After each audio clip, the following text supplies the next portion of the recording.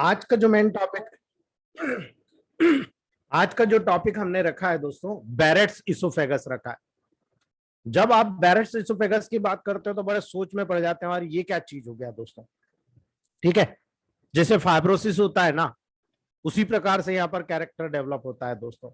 आप Barrett's oesophagus के level पर डरिए मत, लेकिन डराने वाला सब्जेक्ट है दोस्तों। क्यों डराने वाला है? पेशेंट के लिए डराने वाला है दोस्तों। जब बैरेट्स इसोफेगस में इस ट्यूब में टिश्यू जो माउथ और स्टमक से, आप देखेंगे ना, माउथ से आगे नीचे निकला, ये स्टमक तक आया दोस्तों। ठीक है, इसोफेगस जो कनेक्ट होता है वो पार्ट इसमें स्पेशली प्रभावित होता है, जहां पर इंटेस्टाइनल लिंक, जब लाइनिंग देखते हो आप इंटेस्टाइन में, जैसे लाइनिंग होती है ना, उस इंटेस्टाइनल लाइनिंग के लेवल पर वहां पर जनरेट हो जाता है। तो वो जो इंटेस्टाइनल लाइनिंग है जो स्टमक से आप देख रहे हो या इंटेस्टाइन के लेवल से जो जनरेट होती है, वो उसी के प्रकार के टिश्यू आपके स्टमक से होते हुए, आपके इसोफेगस से होते हुए माउथ तक उसी प्रकार के टिश्यू रिप्लेस हो जाते हैं। याद रखिएगा इस बात को। अभी हम जब इसोफेगस पढ़ेंगे, पूरी लेयर पढ़ेंगे, और उस लेयर के अकॉर्डिंग आपको देखना है कि यहाँ पर इंटेस्टाइन के लेवल पर जो पर्टिकुलर टिश्यूज होते हैं, वो टिश्यूज यहां से ऊपर आकर पूरा रिप्लेसमेंट हो जाते हैं। ऐसा क्यों होता है भाई? एकाएक इतना बड़ा क्या प्रॉब्लम हो गया कि वहां पर फाइब्रोसिस के रूप में पूरे टिश्यूज रिप्लेसमेंट हो गए दोस्तों। प्राय बैरेट इसोफेगस ऐसे लोगों में डायग्नोस्ट होता है दोस्तों जिनमें लंबे समय से गैस्ट्रो इसोफेजियल रिफ्लेक्स डिसीज होती है। याद रखिएगा, गैस्ट्रो इसोफेजियल रिफ्लेक्स डिसीज यानी GERD जिनमें लंबे समय से होती है, उन लोगों में आसानी के साथ ये प्रॉब्लम डेवलप हो जाती है। इसीलिए बहुत सारे पेशेंट इसी लेवल पर प्रभावित होते हैं। स्टमक से एसिड का क्रॉनिक रिगर्जिटेशन होता है दोस्तों।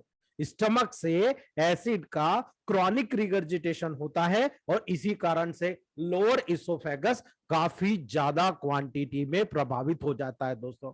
यही कारण है, जब स्टमक का मेन पोर्शन जो होता है जहां से एसिड रिफ्लक्स हो रहा है, वहां की रिंग जो होती है, जो स्फिंक्टर होता है, वो लीकेज हो जाता है, और लीकेज होने के कारण कोई भी एसिड कंटेंट वहां पर, जब स्टमक फुल होता है, एसिड कंटेंट वहां से लीकेज होकर आगे की तरफ जाकर दोस्तों इसोफेगस के लोअर पोर्शन में चला जाता है दोस्तों। लेकिन याद रखिएगा, केवल कुछ लोगों में ही GERD के साथ साथ बैरेट इसोफेगस डेवलप होता है, हर किसी में नहीं होता है दोस्तों।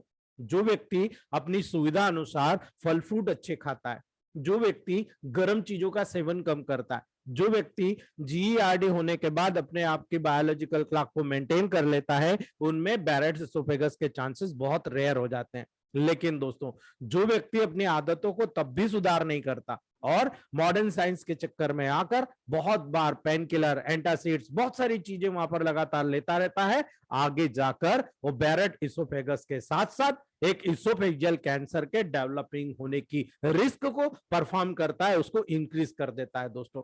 यही कारण है कि जब GERD रिकरेंट होता है, आगे जाकर दोस्तों बैरेट इसोफेगस डेवलप होगा, साथ ही साथ दोस्तों वहां पर इसोफेजियल कैंसर के डेवलप होने की जो रिस्क होती है वो भी बहुत ज्यादा इंक्रीज हो जाती है दोस्तों। यही कारण है दोस्तों, रिस्क थोड़ी होती है, स्मॉल होती है, पर यहां पर ये बहुत इंपॉर्टेंट होती है दोस्तों, क्योंकि यहां पर अगर एक बार किसी को कैंसर डेवलप हो गया, मोटर न्यूरॉन डिसीज डेवलप हो गई, अर्थात निगलने की, स्वॉलोइंग की प्रोसेस ही बाधित हो गई, तो हम किसी काम के नहीं रहेंगे। और यहां पर आप किसी प्रकार से अगर कोई सर्जरी भी कराते हो, किसी काम की नहीं रहेगी, क्योंकि यहाँ के जो स्मूथ मसल्स होती है, इसका काम केवल और केवल निगलने का होता है, स्वॉलोइंग का होता है। इसके अलावा न यहाँ पर कोई जूसेस सीक्रेट होता है, न कोई इंपॉर्टेंट इसका फंक्शन होता है दोस्तों। इसीलिए यहाँ के जो टिश्यू होते हैं, एक बार रिप्लेस हो गए तो रिप्लेस हो गए, अन्यथा आगे जाकर बैरेट इसोफेगस के साथ में इसोफेजियल इंस्पेक्टर भी डेवलप हो जाता है, यानी स्ट्रक्चर डेवलप हो जाएगा, सिकुड़ जाएगा इसोफेगस। यही कारण है दोस्तों कि यहां पर प्री कैंसरस सेल्स की रेगुलर चेकअप, ऐसी कंडीशन में जब उसको बैरेट इसोफेगस हो गया है, रेगुलर चेकअप हर साल उसको पर ईयर वहां पर रेगुलर चेकअप होना चाहिए दोस्तों, जो डिस्प्लेसिया को दर्शाता है, यानी वहां पर डिस्प्लेसिया हो रहा, जो सेल है वो दूसरी सेल में परिवर्तित हो रही है दोस्तों। यदि प्री कैंसरस सेल्स डिस्कवर्ड हो जाती है दोस्तों, तो ये मान के चलिएगा ये इसोफेजियल कैंसर को वहां पर प्रिवेंट करने के लिए आपको तुरंत ट्रीटमेंट करने की जरूरत होती है। अगर वो सब एक्यूट हो गया या क्रॉनिक में कन्वर्ट हो गया फिर बहुत मुश्किल है, क्योंकि क्रॉनिक भी 6 महीने के बाद में कन्वर्ट हो जाता है दोस्तों, और 6 महीने बाद वहां पर इतना मास डेवलप हो जाता है और बार बार जब कुछ भी खाएंगे तो उससे रगड़ कर जाएगा तो डेफिनेटली उसका प्रोडक्शन और बढ़ जाएगा और मैक्सिमम 2 या 4 महीने, ज्यादा से ज्यादा 6 महीने पेशेंट जिंदा रहता है, उसके बाद में पेशेंट की डेथ हो जाती है दोस्तों। इसी कारण से जब कॉजेज देखोगे बैरेट इसोफेगस के तो एग्जैक्ट कॉज आज तक ज्ञात नहीं है दोस्तों, बस एक थ्योरी चली आ रही है। ज्यादातर लोगों में बैरेट इसोफेगस के साथ लॉन्ग स्टैंडिंग जीईआरडी को माना जाता है। जो लोग ज्यादा चाय पीते हैं, ज्यादा गरम गरम कॉफी पीते हैं, ज्यादा सिगरेट का सेवन करते हैं, ज्यादा वाइन का सेवन करते हैं, उन लोगों में जीईआरडी में स्टमक कंटेंट इसोफेगस में वॉश बैक हो जाते हैं। क्यों? क्योंकि दोस्तों जब ज्यादा क्वांटिटी में वाइन का सेवन करेगा, खाएगा, तो वहां पर रिफ्लेक्स वॉमिटिंग होता है, वॉमिटिंग का रिफ्लेक्सेस डेवलप होते हैं और वो वॉमिटिंग के रिफ्लेक्सेस डेफिनेटली वहां पर प्रॉब्लम क्रिएट कर जाते हैं दोस्तों, जो इसोफेगस टिश्यू को वहां पर डैमेज करते हैं और डैमेज करने के कारण दोस्तों वहां पर लीजन तैयार होता है और डिफरेंट डिफरेंट टाइप की इन्फेक्शंस क्रिएट होती है और कभी कभी तो वहां पर डेंजरस डीजनरेशन या डिस्ट्रक्शन शुरू हो जाता है दोस्तों, जो वहां पर बहुत ज्यादा कॉम्प्लिकेशन काज कर देता है। जैसे जैसे इसोफेगस स्वयं को ठीक करने के लिए वहां पर ट्राई करता है, खुद ट्राई कर रहा है इसोफेगस कि मैं ठीक हो जाऊं, लेकिन दोस्तों ये सेल एक प्रकार के सेल में परिवर्तित हो जाती है, चेंज हो जाती है, जो बैरेट इसोफेगस में पाई जाती है और इसके कारण वहां पर रिप्लेसमेंट डिस्प्लेसिया होने के कारण दोस्तों वहां पर कभी भी ग्रोथ देखने को नहीं मिलेगी। इसीलिए कुछ लोगों में आप जब ऐसे केसेस देखोगे हार्ट बर्न शुरू हो जाएगा, एसिड रिफ्लेक्सेस का एक्सपीरियंस नहीं होता है ऐसे पेशेंट में, इसलिए वो लोग ज्यादा ध्यान नहीं देते। कभी कभी होता है तो वो लोग माइंड नहीं करते, वो किसी प्रकार का इनो ले लिया, किसी प्रकार से एंटासिड ले लिया, लोकल डॉक्टरों के चक्कर में वो केस इतना बिगाड़ लेते हैं कि जब बैरेट एसोफेगस डेवलप होता है वो लेटर स्टेज में आ जाता है और लेटर स्टेज में बाद में देखा जाता है कि वो तो कैंसरस स्टेज में कन्वर्ट हो गया। इसीलिए दोस्तों ये क्लियर नहीं है कि क्या कारण है जिससे बैरेट्स इसोफेगस हो तो इन लोगों में डेवलप हो रहा, ये बिल्कुल क्लियर नहीं है, लेकिन सबसे बड़ा कारण ये जो मैंने बताया ये माने जाते हैं दोस्तों। जब सिम्टम आते हैं तो कई बार हम लोग भी घबरा जाते हैं, हम लोग भी सिम्टम को डायग्नोस नहीं कर पाते क्योंकि पेशेंट का बताने का तरीका ही ऐसा नहीं होता है दोस्तों, वो सीधा जीईआरडी के सिम्टम बताते हैं। लेकिन जब आप वहां पर देखते हो, एग्जामिन करते हो दोस्तों, तो जो टिश्यू चेंजेस बैरेट इसोफेगस को कैरेक्टराइज करता है उसमें दोस्तों कोई भी सिम्टम कॉज नहीं होता है, कोई भी सिम्टम सामने नहीं आता है।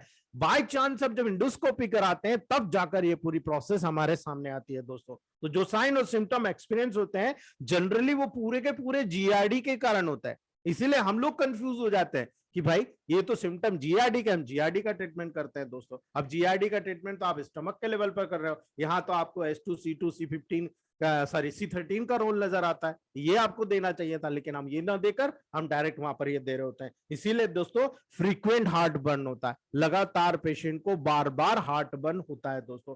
डिफिकल्टी स्वेलिंग फूड, किसी भी प्रकार के फूड को स्वॉलोइंग में, निगलने में उसको बहुत ज्यादा डिफिकल्टी होती है दोस्तों। और कई बार तो ऐसा होता है दोस्तों पानी भी चम्मच चम्मच से पीना पड़ता है, यानी सिप बाय सिप पीना पड़ता है, खाना भी मिक्सर में पीस कर लिक्विड फॉर्म में उसको लेना पड़ता है, ये कंडीशन डेवलप हो जाती है दोस्तों। यहाँ पर लेस कॉमनली बहुत कम आपको चेस्ट पेन देखने को मिलेगा, केवल हार्ट बर्न और बहुत ज्यादा अनइजीनेस, बेचैनी वहां पर टिपिकली आपको देखने को मिलती है। बहुत सारे लोगों के साथ दोस्तों जब बैरेट इसोफेगस डेवलप होता है तो उनमें साइन और सिम्टम डेवलप नहीं होता है, इसीलिए लोकल जो गांव के डॉक्टर होते हैं दोस्तों, हम लोग तो वी आर द क्वालिफाइड, हम लोग बहुत सीरियसली पेशेंट को एग्जामिन करते हैं। लेकिन पेशेंट जो गांव के डॉक्टर्स होते हैं जिनके पास कोई डिग्री नहीं है, कोई टीचर बन गया, कोई कंपाउंडर बन गया और कोई गांव में रहता है, तो बेचारे उन लोगों को भी क्या इतना माहिती नहीं रहता है। वो लोग ट्रीटमेंट करने के लिए, कोई छोटा मोटा कोई आदमी अगर गांव में प्रैक्टिस करता है, कोई कंपाउंडर नर्सिंग होम में जा रहा है, वो पेन किलर एंटासिड दे देता है, जिसके कारण पेशेंट को बहुत ज्यादा डैमेज हो जाता है। मैंने आपको कल ही बताया था कि जब गैसेस बनना शुरू होगा उसको जीआरडी के लेवल पर अनइजीनेस फील होगा और कॉन्स्टिपेशन जैसी कंडीशन जब डेवलप होती है दोस्तों बेचैनी हो जाएगी। और बेचैनी की कंडीशन में दोस्तों जब पेशेंट को हार्ट बर्न बार बार होगा, एसिड रिफ्लक्स होगा, तो वो बार बार जब एसिड को पूरा डिजॉल्व करने की कोशिश किया जाएगा बार बार एंटासिड देकर, तो दोस्तों वहां पर आपके ब्रेन के लेवल पर मैसेज जाएगा कि एसिड का कोई रोल नहीं रहा, एसिड बनाना वो गड़बड़ कर देगा, तो जो बैलेंस का एसिड बनता था वो नहीं बनेगा। और जब वहां पर जब भी दोबारा जब उसने एंटासिड नहीं लिया और तब जो एसिड बनेगा उसका जो कैरेक्टर होगा, उसकी जो क्वालिटी होगी ना, वो बहुत स्ट्रॉन्ग एसिड के रूप में बनेगा। इसीलिए वहां पर ट्रबल क्रिएट करेगा, और जब ट्रबल होगा तो ऐसी ट्रबल में बहुत डेंजरसली ट्रबल होता है दोस्तों, जो अनबियरेबल होता है, जो वो बियर ही नहीं कर पाता दोस्तों। और लगभग 5 साल तक जो डॉक्टर को बैरेट एसोफेगस की रिस्क दिखाई देती है दोस्तों, वही इसको सही तरीके से डायग्नोस कर पाता है। यानी 5 साल तक अगर आज पेशेंट कोई डॉक्टर के संपर्क में है और कंटिन्यू वहां पर उस डॉक्टर का विजिबल ट्रीटमेंट ले रहा है, तब डॉक्टर जीआरडी के लेवल पर डायग्नोस करने के बाद में उसे कहता है कि नहीं भाई एक काम कर, तू इंडोस्कोपी करा ले। जैसे इंडोस्कोपी कराई जाती है दोस्तों, तुरंत वहां पर हम लोगों को डायग्नोस हो जाता है कि भाई हम तो जीआरडी का ट्रीटमेंट कर रहे थे, बिल्कुल कारण जीआरडी, हम बिल्कुल सही है, लेकिन यहाँ पर हमें इसोफेगस का भी ध्यान रखना था, जो हम नहीं रख पाए दोस्तों, क्योंकि इसोफेगस में S2C2 C13 L1B का बहुत बड़ा रोल होता है दोस्तों। इसीलिए चेस्ट पेन होता है जो कि हार्ट अटैक का सिम्टम होता है दोस्तों, ठीक है, इसीलिए इमीडिएट हेल्प की जरूरत होती है दोस्तों। और यहां पर जब चेस्ट पेन होता है, हार्ट अटैक का सिम्टम भी ऐसा ही होता है दोस्तों। इसीलिए डिफिकल्टी इन स्वॉलोइंग अगर मिल रहा है, हमें फिर डरने की जरूरत नहीं कि हार्ट पेन नहीं होगा, ये डेफिनेटली कंजेशन के कारण हो रहा है, जो पर्टिकुलर इसोफेगस और स्टमक के रीजन से डेवलप हो रहा है दोस्तों। वॉमिटिंग होगा ऐसे केसेस में, जब आप देखोगे जब सीरियस कंडीशन आती है, वॉमिटिंग होगा रेड ब्लड का, या ब्लड जो कॉफी ग्राउंड्स का होता है दोस्तों, बिल्कुल कॉफी जैसा दिखाई देता है, इस प्रकार की वॉमिटिंग आपको देखने को मिलेगी। और कई बार याद रखिएगा, कई बार यही ब्लड नीचे के साइड इंटेस्टाइन के माध्यम से पास होता है, जो ब्लैक टेरी या ब्लडी स्टूल के रूप में पास होता है दोस्तों। और ये भी एक डायग्नोस्टिकल पॉइंट्स होते हैं, जिसको हम मेलिना के नाम से जानते हैं। और मेलिना कई कारण से होता है, उसमें जीआरडी भी एक कारण होता है। इसीलिए दोस्तों टिपिकल मेडिकल साइंस बहुत इजी है, लेकिन समझना बहुत मुश्किल है दोस्तों।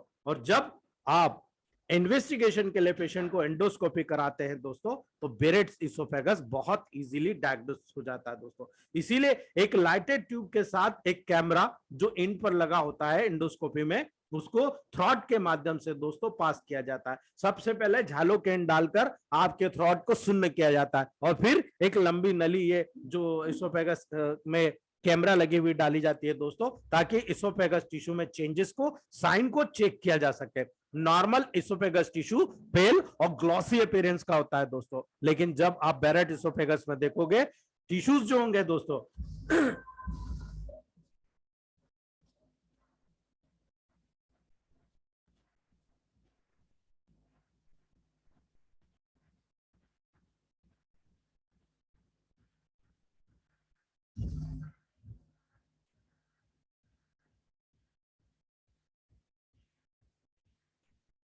जब आप बैरेट इसोफेगस में टिश्यू को देखोगे दोस्तों, तो ये जो बैरेट इसोफेगस में टिश्यू देख रहे हो, बिल्कुल रेड और वॉलरेटी अपीयरेंस हो जाता है, बिल्कुल वॉलरेट कलर का अपीयरेंस हो जाएगा दोस्तों। और जब डायग्नोसिस किया जाता है, तो जो इंडोस्कोपी करता है वो तुरंत बता देता है रेडियोलॉजिस्ट की, यार इसको तो बैरेट इसोफेगस डेवलप हो चुका है दोस्तों। इसीलिए जब इस प्रकार का ट्रीटमेंट करने की बारी आएगी, तो आपको याद रखना है, यहां पर जब प्रोटोकॉल जनरेट होता है दोस्तों, तो एग्जैक्टली जब आप ट्रीटमेंट करते हो, तो यहां पर S1 आपको सबसे पहले ट्रीटमेंट करना है दोस्तों बैरेट्स इसोफेगस के लेवल पर, S1 C15 वर्वन W का दोस्तों, ये सबसे पहला ट्रीटमेंट होता है, जो तुरंत वहां पर रिलीफ देता है, तुरंत शांति प्रदान करता है दोस्तों। लेकिन जब सेकेंड प्रोटोकॉल जनरेट करना है आपको, S1 C15 वर्वन B, जब किसी को बर्निंग होता है, तब वहां पर W की जगह B लेना है आपको। S1 C15 वर्वन B को S10 C10 G के साथ देते हैं, तो ये पूरा GRD का प्रोटोकॉल होता है दोस्तों, प्योरली जीआरडी का प्रोटोकॉल। और इसके बाद REY को मैंने पहले ही बताया, वेगस नर्व को आपको स्टिमुलेट करना है, जो इसोफेगस से होकर अंदर की तरफ जाती है दोस्तों। तो यहां पर जब आप RE और Y को 5 नंबर, 6 नंबर, 7 नंबर, 17, 18 नंबर पर आप कंटिन्यू अप्लाई करते हो, आपको नजर आता है कि हाँ साहब, यहां पर जो सारी प्रॉब्लम्स है, वो सारी प्रॉब्लम्स क्यूर होती हुई नजर आती है दोस्तों। लेकिन जो मेन आपका प्रोटोकॉल होता है, वो होता है स्ट्रक्चर में चेंजेस होना। तो उम्मीद है आपको समझ में आ जाएगा। यहां पर C2 का 1000, 5000 या 10,000 जो आपके पास अवेलेबल हो दोस्तों, 1000, 5000 या 10,000। 1000 देना है डेली, आपको 10 डोज देना है डेली, एक रोज से 10 दिन तक लगातार आपको 10 डोज देना है। आप उसके बाद 200 में आ जाइए, उसके बाद 100 में, 30 में, ऐसे करके रिवर्स आते चले जाइए। जब आप D4 पे आ जाओगे और इस प्रोटोकॉल को आप नेगेटिव में यानी D6 से शुरू करके D10 तक जाओगे, आपका पूरा प्रोसेस कंप्लीट हो चुका होगा। मैक्सिमम 6 मंथ टू 1 ईयर का प्रोटोकॉल आपको देना है, इससे कम नहीं देना, और इससे कम बोलना भी नहीं, समय बोलना भी नहीं। क्यों? क्योंकि पेशेंट की कंडीशन के अकॉर्डिंग आप समय निर्धारित नहीं कर सकते, लेकिन मेनली प्रोटोकॉल आपको ये देखने को मिलता है जिसके अकॉर्डिंग आप ट्रीटमेंट करते हो दोस्तों। तो ये था हमारा प्रोटोकॉल जो मैंने आपको बताया दोस्तों। नेक्स्ट, सैलाइवरी ग्लैंड हमने कल पढ़ ली थी दोस्तों। चारों सैलाइवरी ग्लैंड, सॉरी तीनों सैलाइवरी ग्लैंड का पैरोटिड ग्लैंड, सबलिंगुअल ग्लैंड और स्पेशली जो दोस्तों आप लोगों ने पढ़ा है यहाँ पर सब मैक्सिलरी ग्लैंड, ये तीनों ग्लैंड हमने कल स्टार्ट पढ़ ली थी दोस्तों। लेकिन इसके साथ मैंने आपको कहा था माइनर सैलाइवरी ग्लैंड्स भी होती है, छोटी छोटी सैलाइवरी ग्लैंड। आप जब माइनर सैलाइवरी ग्लैंड की बात करते हो दोस्तों, तो वहां पर लिंगुअल म्यूकस ग्लैंड्स होती है, छोटी छोटी, ये दिख रहा है आपको, ये है म्यूकस सेल, ठीक है। तो लिंगुअल म्यूकस ग्लैंड भी होती है दोस्तों। ये जो लिंगुअल म्यूकस ग्लैंड होती है टंग के पोस्टीरियर पार्ट में, ये जो फ्रंट पार्ट है एंटीरियर है, बिल्कुल जो मोटा पार्ट होता है जो परिधि से लगा होता है, जो यूला जिसके ऊपर टच किया हुआ रहता है दोस्तों, तो उस पोस्टीरियर 1/3 में सिचुएटेड होती है। और सरकमवेलेट, याद रखिएगा, सरकमवेलेट पैलेटिक जो पेपिली होते हैं दोस्तों, जो टेस्ट बर्ड्स होती है जिसको हम बोलते हैं सरकमवेलेट पेपिली, उसके जस्ट पीछे स्थित होते हैं दोस्तों, और वहां से ये निकलकर टंग की मार्जिन पर आते हैं दोस्तों। याद रखना, वहां से निकलकर टंग की मार्जिन पर ये टच होती है और वहीं पर अपने सारे फ्लूइड्स को सीक्रेट करती रहती है दोस्तों। इसी कारण टंग के उस एरिया में लिक्विड का प्रमोशन आपको देखने को मिलता है, जिसके कारण लुब्रिकेशन बना रहता है दोस्तों। इसीलिए आपकी टंग बहुत इजीली मूवमेंट करती रहती है। आप बात करते हैं, आप देखो आपके मुंह में सलाइवा का कंटिन्यूस सिक्रेशन होता रहता है, आपको पूरे माउथ के बकल कैविटी के लेवल पर मालूम ही नहीं पड़ता कौन सा लिक्विड कहां से आ रहा है दोस्तों, बहुत इजीली वहां पर सप्लाई होती है। इसीलिए लिंगुअल म्यूकस ग्लैंड का भी बहुत इंपॉर्टेंट महत्व होता है दोस्तों। दूसरा होता है लिंगुअल सीरस ग्लैंड, जो बाहर की तरफ होती है, जिसको बोलते हैं सीरस सेल।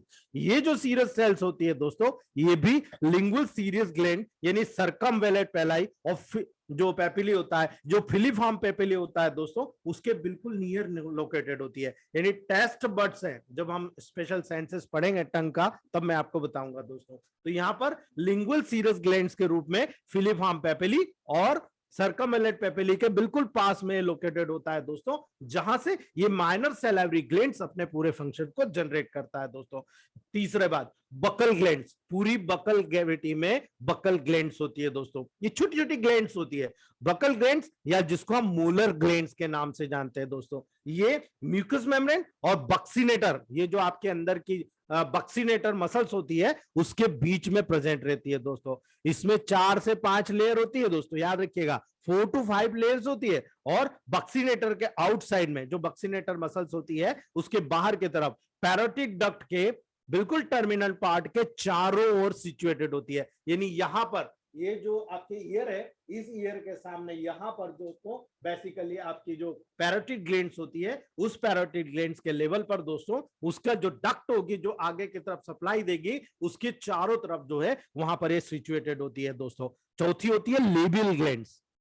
ये जो लेबियल ग्लैंड्स होती है दोस्तों, ये माउथ की ओरिफाइस के चारों ओर म्यूकस मेम्ब्रेन के अंदर सिचुएटेड होती है। आपके पूरे माउथ के अंदर आप जाओगे, पूरे बकल कैविटी को जब एग्जामिनेशन करोगे, आप देखोगे लगातार जब हवा का टच होता है तो वो पार्ट सूखने लग जाता है, और सूखने के बाद कुछ समय बाद देखते हैं कि अचानक वहां से कोई लिक्विड आने लग जाता है। ठीक है, तो ये लेबियल ग्लैंड्स होती है जो माउथ की पूरी म्यूकस मेम्ब्रेन के अंदर सिचुएटेड होती है, वहां से ये सिक्रेट करती है। जिस प्रकार से आप इंटेस्टाइन में पढ़ोगे गॉबलेट सेल्स, गॉबलेट सेल्स क्या करती है, वहां पर माइक्रोविलाई और विलाई के बीच बीच में पाई जाती है, और ये लगातार वहां पर म्यूकस को सिक्रेट करती रहती है। और यही म्यूकस जब आगे सिक्रेट होकर लेटरिन के रास्ते में अगर रेक्टम के रीजन पे कभी कंजेशन होता है, यही म्यूकस वहां पर निकलता है और इसी म्यूकस के कारण आपको ईचिंग होती है और पेशेंट बोलता है मुझे एनस में बहुत ज्यादा ईचिंग हो रही है। ईचिंग हो रही है, ये पाइल्स का पहला साइन होता है जो इसी म्यूकस के लेवल पर वहां पर गोबलेट सेल्स के माध्यम से सिक्रेट के कारण होता है। दोस्तों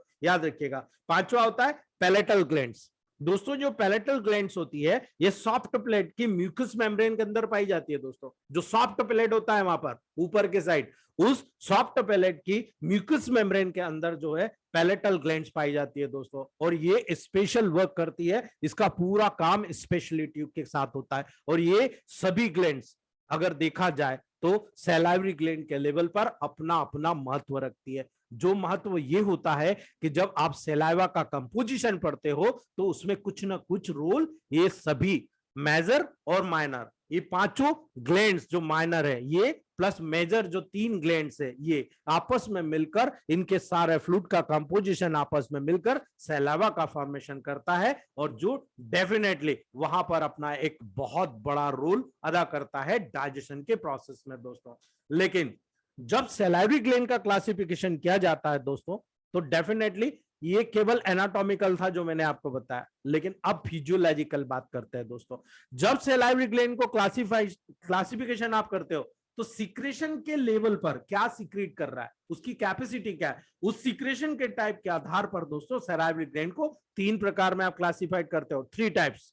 पहला होता है सीरस ग्लैंड, दूसरा होता है म्यूकस ग्लैंड और तीसरा होता है मिक्स्ड ग्लैंड। ठीक है, तीनों का वहां पर आपको देखने को मिलेगा। इसीलिए जब आप वहां पर देखते हो सीरस ग्लैंड, तो serous gland mainly serous cells के द्वारा बनी होती है दोस्तों। जो सीरस सेल्स होती है उन सीरस सेल्स के द्वारा बनी होती है और ये ग्लैंड्स थिन और वाटरी सैलाइवा सिक्रेट करती है दोस्तों, बिल्कुल पतला, बिल्कुल पानी जैसा, वहां पर लगातार फ्लूइड सिक्रेट करती रहती है। और अगर देखा जाए तो पैरोटिड और लिंगुअल, याद रखिएगा पैरोटिड और लिंगुअल सीरस ग्लैंड के रूप में जानी जाती है दोस्तों, याद रखिएगा। तो ये जो पैरोटिड ग्लैंड है और जो ये लिंगुअल ग्लैंड है, ये दोनों की दोनों ग्लैंड्स वहां पर आपको सीरस ग्लैंड के नाम से जानी जाएगी और ये सीरस ग्लैंड से थिन और पतला सिक्रेशन लगातार वहां पर सैलाइवा सिक्रेट होता रहता है दोस्तों, याद रखिएगा इस बात को। जब आप किसी लेवल पर किसी पेशेंट को ट्रीट करते हैं दोस्तों, तो ट्रीटमेंट जब आप करते हो, मान लो एक बच्चा है मेंटली रिटार्डेड है दोस्तों, मैं यहीं से शुरू करता हूं। अगर कोई बच्चा मेंटली रिटार्डेड है और मेंटली रिटार्डेड होने के कारण वहां पर उसकी कंडीशन ऐसी हो रही है, लगातार मुंह खोल के रखता है, आंखें बड़ी बड़ी है, जीभान बाहर निकाल के रखता है, लगातार उसकी लार टपकती रहती है, बार बार उसकी मां रुमाल से पूछती रहती है दोस्तों, आप बहुत इजीली उसको ट्रीट कर सकते हो। S1, L1, WER1, WEN1, Y, आप उसको नेगेटिव में दे दीजिए आप। ठीक है, जितना ज्यादा क्वांटिटी में सिक्रेशन होता है 200 डाइल्यूशन में दे दीजिए आप, देखिएगा बहुत तेजी के साथ रिलैक्स हो जाएगा और बहुत तेजी के साथ रिजल्ट आपको देखने को मिल जाएगा। अगर किसी को सैलाइवा कम आता है, बहुत कम आता है, और सैलाइवा इतना कम आता है कि मुंह का ड्राइनेस होने लगता है, ठीक है, अब ड्राइनेस होने लगता है तो वहां पर 2 चीज इस्तेमाल करना है। पहले ये देखना है कि कारण क्या है, क्या रेस्पिरेटरी ट्रैक्ट इन्फेक्शन बार बार हो रहा है उसको, या फिर बर्निंग बहुत ज्यादा हो रही है, हीट ज्यादा बन रहा है, क्या हो रहा है, और उसी के अकॉर्डिंग वहां पर ट्रीटमेंट करना है। लेकिन वहां पर जब इस प्रकार की कंडीशन जनरेट होती है तो सबसे बड़ा रोल आपको नजर आता है S2 का, C2 का। C2 यहाँ के म्यूकस ग्लैंड पर बहुत बढ़िया काम करती है। तो S2, C2, L1, C13, WEN1B को जब यहाँ पर देते हो, आप इस प्रकार के तमाम कंडीशंस को कवर कर जाते हो दोस्तों। ये प्रैक्टिकल आपको वहां पर इसी प्रकार के नॉलेज के अकॉर्डिंग हम लोगों को समझना चाहिए दोस्तों। दूसरी बात, जब यहाँ पर आप म्यूकस ग्लैंड की बात करते हो तो mucous gland mainly mucous cells की बनी होती है, ये दिख रहा है दोस्तों म्यूकस सेल, ठीक है, और ये म्यूकस सेल्स की बनी होती है। ये ग्लैंड्स बिल्कुल थिक, गाढ़ा, विस्कस सैलाइवा, चिपचिपा सैलाइवा का वहां पर हाई म्यूसिन कंटेंट के साथ सिक्रेट करती है। तो भाई म्यूकस तो हमेशा चिपचिपा ही होगा ना, तो वहां पर जब आप किसी म्यूकस ग्लैंड की बात करोगे तो म्यूकस ग्लैंड प्रॉपरली गाढ़ा गाढ़ा सिक्रेशन करती है दोस्तों। और लिंगुअल म्यूकस ग्लैंड आप अगर देखते हो, बकल ग्लैंड्स, आपकी पैलेटल ग्लैंड्स इसी प्रकार को बिलोंग करती है दोस्तों, याद रखिएगा आप। Lingual mucous gland, buccal glands और जो पैलेटल ग्लैंड्स होती है इसी प्रकार को बिलोंग करती है, जो थिक चिपचिपा सिक्रेशन कंटिन्यू वहां पर सिक्रेट करती रहती है दोस्तों। इसीलिए, और तीसरी जब बात करते हो आप मिक्स्ड ग्लैंड की, तो दोस्तों मिक्स्ड ग्लैंड जो होती है, जो सीरस और म्यूकस दोनों सेल्स को वहां पर सिक्रीट करती है दोस्तों। तो जो सब मैंडिबुलर, सबलिंगुअल या लेबियल ग्लैंड्स होती है दोस्तों, ये तीनों ग्लैंड्स यहाँ पर मिक्स ग्लैंड होती है और दोनों अकॉर्डिंगली जरूरतानुसार, जो जरूरत है उसकी, उसी जरूरतानुसार वहां पर लगातार अपने सिक्रेशन को सिक्रीट करती रहती है।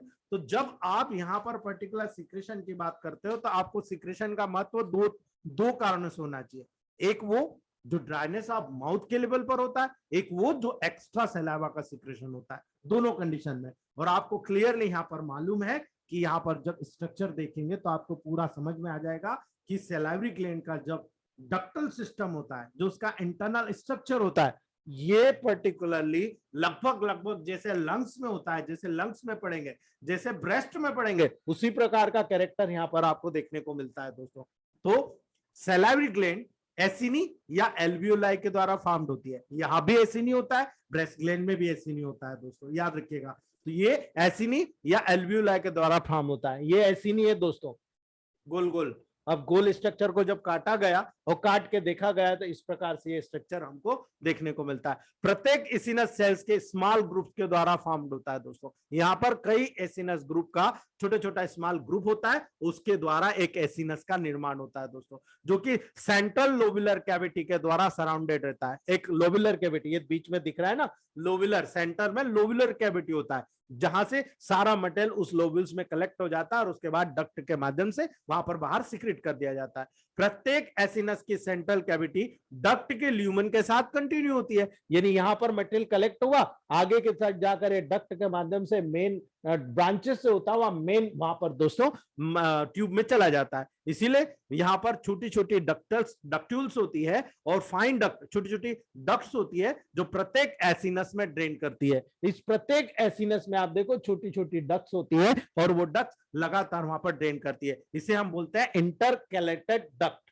ये जो दिख रहा है यहां से एसिनस से जो निकली, इसको बोलते हैं इंटरकैलेटेड डक्ट्स, जो इस प्रकार के एसिनेसिस को कई एसिनस को जोड़ने का काम करती है दोस्तों। बहुत सी इंटरकलेक्टेड डक्ट्स आपस में ज्वाइन होकर इंटरलोबुलर डक्ट बनाती है। ये डक्ट कई मिली और कई मिलकर एक मेन डक्ट बनाई, जिसको हम बोलते हैं इंटरलोबुलर डक्ट। ये कई लोब्यूल्स को जोड़ने का काम करती है दोस्तों, और आपस में ज्वाइन करके इंटरलोबुलर डक्ट जब बनाती है तो ये यूनाइट होकर दोस्तों ग्लैंड की मेन डक्ट को फॉर्म करती है। यानी ऐसे कई डक्ट्स आपस में, छोटी छोटी इंट्रालोबुलर डक्ट आपस में मिलकर एक मेन वहां पर डक्ट का निर्माण करती है दोस्तों। यानी एक ग्लैंड जिसका इस प्रकार का स्ट्रक्चर होता है और डक्ट सिस्टम होता है, उसे हम क्या बोलते हैं? रेसिमोस टाइप का। ठीक है, रेसिमोस मींस क्या होता है दोस्तों? रेसिमोस टाइप का स्ट्रक्चर। ग्रेप्स खाए, अंगूर खाए आपने? अंगूर खाए कि नहीं दोस्तों? रेसिमस मींस बंच ऑफ ग्रेप्स, यानी अंगूर का गुच्छा जो होता है, एज इट इज अंगूर के गुच्छे को देख लो और इसको देख लो, सेम। ये तो मैंने आपको डिविडेशन के लिए आपको अलग फ्रैक्शन बताया। जब भी डायग्राम बनाया जाता है बिल्कुल क्लियर बताने के लिए उसको थोड़ा सा डीप में गैप लेकर बनाया जाता है। तो दोस्तों ये बिल्कुल ग्रेप्स जो का बंच होता है उसी के समान यहाँ पर एसिनस आपको सैलाइवरी ग्लैंड का देखने को मिलता है दोस्तों। लेकिन जब सबसे इंपॉर्टेंट चैप्टर आता है वो होता है property of saliva, composition of saliva. ये बहुत इंपॉर्टेंट होता है और इसी के ऊपर सब कुछ डिपेंड करता है कि सलाइवा, इस व्यक्ति का सलाइवा कितना शानदार काम करता है और उसका रिजल्ट कितना परफेक्ट होता है। दोस्तों आप लोगों को बिलीव नहीं होगा, कुछ कंपनियां 25,000 रुपए 5 ml सलाइवा के, जो मॉर्निंग में सुबह उठ के मॉर्निंग में जो हेल्दी व्यक्ति है उस हेल्दी व्यक्ति के 5 ml सलाइवा का 25,000 रुपए पे करती है दोस्तों, 25,000 रुपीज। आप बिलीव नहीं करेंगे, जो बड़ी बड़ी कंपनियां होती है जो रिसर्च विंग में काम करती है, वो इस सलाइवा के कंपोजिशन के माध्यम से, इस सलाइवा के माध्यम से जो बिना मुंह धोए मॉर्निंग में जब लिया जाता है उसका उपयोग मेडिसिनल वैल्यू के लिए करती है दोस्तों। वो कहीं ना कहीं किसी न किसी प्रकार की मेडिसिन के प्रिपरेशन में इसका रिसर्च विंग में काम लेती है और उसी से मेडिसिन प्रिपेयर करके दोस्तों उस 5 ml के 25,000 दे रही, तो सोचो वो कितना कमाएगी दोस्तों। और वो फॉरेन में इस प्रकार की जो कंडीशन है बहुत ज्यादा होती है दोस्तों। तो जब सलाइवा के प्रॉपर्टी के लेवल पर जाते हैं तो आपको पता होना चाहिए कि पर डे इसका वॉल्यूम कितना होता है दोस्तों। सलाइवा का 1,000 से 1,500 ml पर डे सीक्रेट होता है, याद रखिएगा। 1000 ml से 1500 ml पर डे सीक्रेट होता है। आप सोचिए, इतना तो हम यूरिन फ्लो नहीं करते हैं, ठीक है। 1000 से 1500 ml यानी 1.5 लीटर के लगभग पर डे सैलावा सीक्रेट होता है दोस्तों। और ये लगभग अप्रोक्सीमेटली बात करें, आप हर मिनट की बात करें, 1 ml प्रति मिनट आपको दोस्तों सीक्रेट होता हुआ देखने को मिलेगा। मैक्सिमम 1 ml पर मिनट, कम से कम 1 ml पर मिनट आपको सीक्रेट होते हुए देखने को मिलेगा दोस्तों। यानी प्रत्येक मेजर सैलावरी ग्लैंड के द्वारा ये कंट्रीब्यूशन होता है, आपको वो यहां पर कंपोजिशन के लेवल पर देखने को मिलेगा दोस्तों। इसीलिए जब आप यहां पर पर्टिकुलर बात करते हैं तो इनके स्ट्रक्चर पे मत जाइए। ऐसा नहीं है कि वो बड़ी है तो खूब सारा सीक्रेशन करेगा दोस्तों। जब आप पैरोटिड ग्लैंड की बात करते हो तो पैरोटिड ग्लैंड तीनों में सबसे बड़ी है, लेकिन पैरोटिड ग्लैंड से सैलावा केवल और केवल 25% वैल्यू को बनाता है दोस्तों, कंपोजिशन को बनाता है, ओनली 25%। याद रखिएगा, पैरोटिड ग्लैंड से ओनली 25% वैल्यू बनता है दोस्तों। जब सब मैक्सिलरी ग्लैंड की बात करते हो तो सबसे स्ट्रॉन्ग सब मैक्सिलरी ग्लैंड्स होती है जो 70% सैलावा का कंपोजिशन बनाती है दोस्तों। आप सोच लीजिए, 70% कंपोजिशन सैलावा का प्रिपेयर करती है दोस्तों। लेकिन जो सब लिंगुअल ग्लैंड्स होती है दोस्तों, याद रखिएगा, सब लिंगुअल ग्लैंड्स 5%, ओनली 5% सब लिंगुअल ग्लैंड्स वहां पर सैलावा को प्रिपेयर करती है।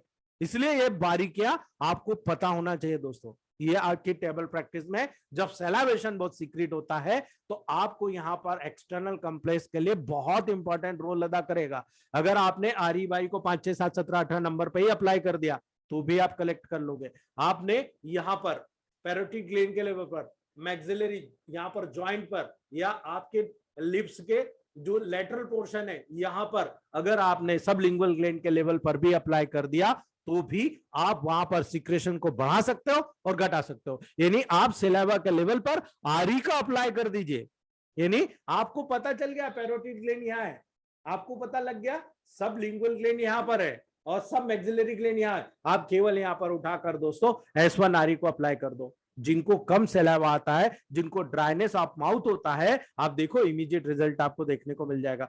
24 घंटे में आपको पता लग जाएगा कि सैलावा का सिक्रेशन बहुत ज्यादा तेज हो गया दोस्तों, ठीक है। दूसरी बात, अगर किसी को ज्यादा बन रहा है, इसी पोर्शन पे S1 F1 Y को लगा दीजिए आप, आपको बहुत बढ़िया रिजल्ट मिलेगा। मुकेश बाबू गुप्ता जी को रिजल्ट मिला है, बहुत बढ़िया, बधाई सर आपको।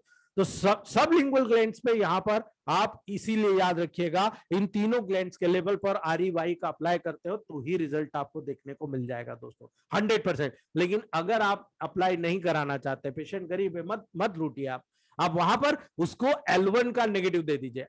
L1 डायरेक्टली सैलावरी ग्लैंड पे काम करता है, S1 डायरेक्टली सैलावरी ग्लैंड पे काम करता है। आप वहां पर S1 L1 F1 को ही अगर 200 डायरेक्शन में देते हैं तो आप सिक्रेशन को कम कर देते हैं। अगर आप D4 में जनरल टॉनिक देते हैं तो ही आप वहां पर सिक्रेशन को बढ़ा देते हैं दोस्तों। उसमें 5 ड्रॉप आरी डाल दो, देखो कितना जल्दी सिक्रेशन होता है। इसीलिए आपको ये विशेष तौर से याद रखना है। दूसरी बात, हर जगह जब किसी लिक्विड का कंपोजिशन देखा जाता है तो उसकी रिएक्शन देखी जाती है कि वो एसिडिक है या अल्कलाइन है, बहुत महत्व रखता है यहां पर दोस्तों।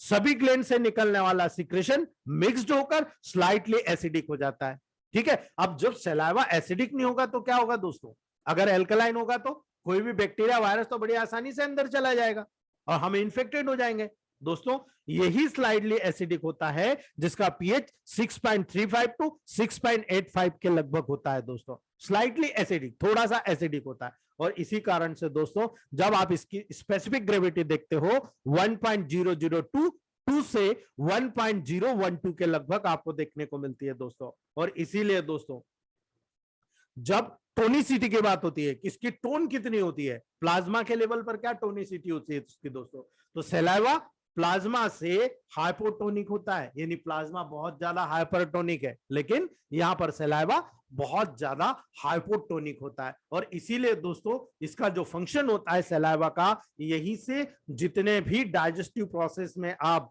फूड खाते हो उस फूड में जितने बैक्टीरिया वायरस होते हैं उनको डिसॉल्व करने के लिए सैलावा काम करता है। जब सैलावा का फंक्शन बताऊंगा कि वो कैसे हो रहा है, ठीक है। अगर यहां पर डाइजेस्टिव प्रोसेस शुरू हो रही है तो कार्बोहाइड्रेट, प्रोटीन, फैट किस प्रोसेस में यहां पर शुरुआत होगी, किसकी होगी, फैट की, प्रोटीन की या कार्बोहाइड्रेट की।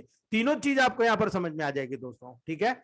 आपको यह भी पता होना चाहिए कि हमारी बॉडी में कार्बोहाइड्रेट का सबसे पहले मेटाबॉलिज्म होता है, उसके बाद में प्रोटीन का नंबर आता है, उसके बाद में फैट का नंबर आता है, अर्थात बारी बारी से काम होता है। पहले आपने जितने खाने में कार्बोहाइड्रेट का उपयोग किया है वो पूरा कार्बोहाइड्रेट वहां पर उपयोग कर लिया जाएगा एनर्जी के रूप में, उसके बाद में जो बचेगा वो प्रोटीन का, और प्रोटीन के बाद में भी अगर फैट बचता है तो उसका उपयोग किया जाता है, अन्यथा फैट की एनर्जी को निकालकर उसको फैट के रूप में आपकी बॉडी में डिपॉजिट कर दिया जाता है। इसीलिए अगर आप वहां पर प्रॉपर कार्बोहाइड्रेट, प्रोटीन, फैट का इक्वल कैलोरीज में जितनी जरूरत है उतना नहीं खा रहे हो, एक्स्ट्रा खा रहे हो, यही कारण है वो एक्स्ट्रा कैलोरीज आपके बॉडी में फैट और फैटी एसिड और ग्लिसरॉल के रूप में डिपॉजिट हो जाती है दोस्तों, और यही आपको ओबेस बनाता है एडिपोज टिश्यू में। इसीलिए जब हम डाइट रिस्ट्रिक्शन करते हैं ओबेसिटी के लेवल पर या डाइजेशन के प्रोसेस के लेवल पर, यही चीज हम लोग वहां पर मायना करते हैं, यही चीज का ध्यान देते हैं कि आप इस तरह से खाना खाइए, फैटी डाइट न खाकर आप फाइब्रस डाइट खाइए,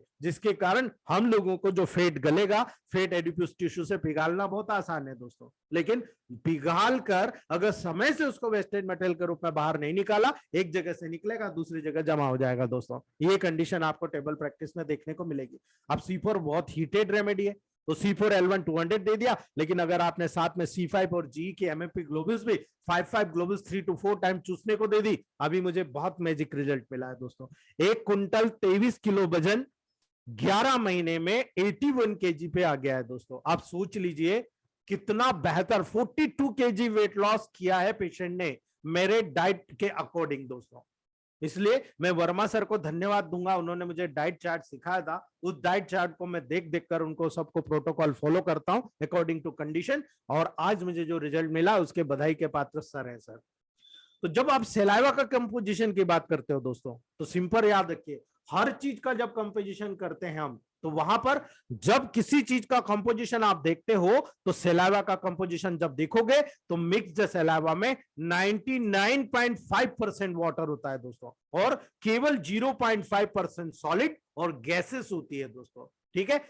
याद रखिएगा इस चीज को, 99.5% वाटर और 0.5% सॉलिड और गैसेस होती है। इसीलिए जब आप किसी व्यक्ति को मॉडर्न साइंस के लेवल पर लेकर जाते हो, वो इन्वेस्टिगेशन करता है, वो वहां पर उसको चेक करता है, तो चेक इस बिहाफ पे करता है कि वहां पर वाटर कंटेंट कितना है। भाई डिहाइड्रेशन होगा तो ठीक है, हर चीज बॉडी के लेवल पर जो जूसेस सीक्रेट होते हैं वहां पर सारी चीज कंसंट्रेट हो जाएगी। यही चीज मायने कहाँ रखती है, अगर हमने डाइट को रिस्ट्रिक्ट कर दिया, डाइट हमने प्रॉपर मसालेदार चीजें खूब खाई, पानी उसके लेवल पर कम पिया, क्या होगा, आपके गाल ब्लैडर स्टोन में जो बाइल जूस होगा वो कंसंट्रेट हो जाएगा, और कंसंट्रेट हो जाएगा तो कोलेस्ट्रॉल और कैल्शियम का मिक्स्ड स्टोन बहुत आसानी से वहां पर बन जाएगा, और वही कारण है आजकल जिस व्यक्ति को देखो उसको गाल स्टोन बनते हुए देखा जा रहा है। उसमें बहुत हद तक उसका डाइजेशन जिम्मेदार है, उसका मेटाबॉलिक प्रोसेस जिम्मेदार है, लेकिन उससे ज्यादा खुद पेशेंट जिम्मेदार है कि उसने प्रॉपर वे में वहां पर वाटर का लेवल मेंटेन नहीं किया। तो जब वाटर का लेवल मेंटेन नहीं किया तो डेफिनेटली जब वहां जाकर आप देखते हैं तो वाटर कंटेंट कम हो जाता है, लिक्विड नीचे चला जाता है, और जो सॉलिड के रूप में वहां पर रहता है वो स्टोर ऊपर हो जाता है, और वो हवा लगने के कारण धीरे धीरे वहां पर सर्कुलेशन के कारण दोस्तों, पानी कम मिलने के कारण वो हार्ड होता जाता है, और यही कारण है कि गाल स्टोन एक बार बढ़ गया तो वो फिर बढ़ना शुरू कर देता है दोस्तों, बिकॉज ऑफ अनहेल्दी फूड्स, यानी हमारी खुद की कमी की सजा हम लोगों को मिलती है दोस्तों। जब आप डिवाइडेशन करते हो तो दोस्तों आपको वाटर को 99.5% है तो उसको तो आपको जानने की जरूरत नहीं है उसमें क्या होता है, लेकिन आपको ये जरूर जानना है कि सॉलिड और गैसेस के लेवल पर जब 0.5% में देख रहे हैं उसमें क्या है, उसमें क्या है ऐसा। तो दोस्तों जब सॉलिड्स की बात आती है तो सॉलिड में दो चीजें होती है, एक होता है ऑर्गेनिक सब्सटेंसेस, एक होता है इनऑर्गेनिक सब्सटेंसेस, लेकिन गैसेस की भी बात हो रही है दोस्तों। तो गैसेस जो होती है ऑक्सीजन, कार्बन डाइऑक्साइड और नाइट्रोजन, केवल 3 गैसेस होती है दोस्तों, ऑक्सीजन, कार्बन डाइऑक्साइड और नाइट्रोजन, ये 3 गैसेस होती है। लेकिन जब ऑर्गेनिक और इनऑर्गेनिक सब्सटेंसेस की बात आती है दोस्तों, तो यहां पर जब ऑर्गेनिक सब्सटेंसेस की बात आएगी तो वहां पर 2 तरह के कंटेंट होंगे, एक होगा एंजाइम, दूसरा होगा अन्य ऑर्गेनिक सब्सटेंसेस। याद रखिएगा, एक होगा एंजाइम और दूसरा होगा अन्य ऑर्गेनिक सब्सटेंसेस। अब याद कर लो दोस्तों, मैंने आपको बताया था हमारी बॉडी में कोई भी केमिकल प्रोसेस होगी बगैर एंजाइम के नहीं होगी। इसका प्रूफ यहीं से मिलना शुरू हो गया।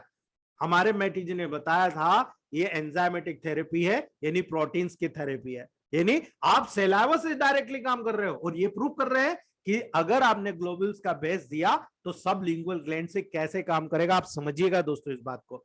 जब आप एंजाइम्स की बात कर रहे हो कि भाई ऑर्गेनिक सब्सटेंसेस में एंजाइम भी है और अन्य ऑर्गेनिक सब्सटेंसेस भी है, तो एंजाइम कौन कौन से है दोस्तों? सबसे पहला होता है दोस्तों एमाइलेज। याद रखिएगा, ये आपको पेनक्रियास में भी मिलेगा, पेनक्रिएटिक एमाइलेज। यहां पर सैलाइवरी एमाइलेज या टाइलिन का नाम दिया जाता है दोस्तों इसको। माल्टेज, लिंगुअल लाइपेज, लाइसोजाइम, ये बहुत इंपॉर्टेंट होता है। लाइसोजाइम क्या काम करता है बहुत छोटा सा, लेकिन काम इतना बड़ा है, मैं आपको आगे बता रहा हूं। फॉस्फेट्स, कार्बोनिक एनहाइड्रेस और कालीक्रेन। ये याद रखिएगा, कालीक्रेन को डाइजेस्टिव सिस्टम में बहुत बड़ा रोल है। यही नहीं, ब्लड क्लॉटिंग में कालीक्रेन, अगर आप लोगों को याद हो, ब्लड क्लॉटिंग में भी कालीक्रेन का बहुत बड़ा रोल है। अगर आपके सैलाइवा ही कम है तो आप मान के चलो ब्लड क्लॉटिंग भी आपको डिफेक्टिव होगा दोस्तों। याद रखिएगा, तो ये 7 एंजाइम आपको देखने को मिले, amylase, ptyalin, maltase, lingual lipase, lysozyme, phosphatase, carbonic anhydrase और कालीक्रेन। ये 7 चीजें एंजाइमेटिक वहां पर मौजूद रहती है और सबकी सब इंपॉर्टेंट है दोस्तों। और अन्य ऑर्गेनिक सब्सटेंसेस में देखोगे आप म्यूसिन, जो म्यूकस होता है, एल्बुमिन। अब आप देखो किडनी से एल्बुमिन निकल रहा है ना, यहां भी सैलाइवा का लेवल पर एल्बुमिन होता है दोस्तों। प्रोलिन रिच प्रोटीन्स, यहां पर प्रोलिन बहुत ज्यादा क्वांटिटी में पाया जाए ऐसा प्रोटीन पाया जाता है दोस्तों। लेक्टोफेम, यहां पर लेक्टोफेम भी पाया जाता है।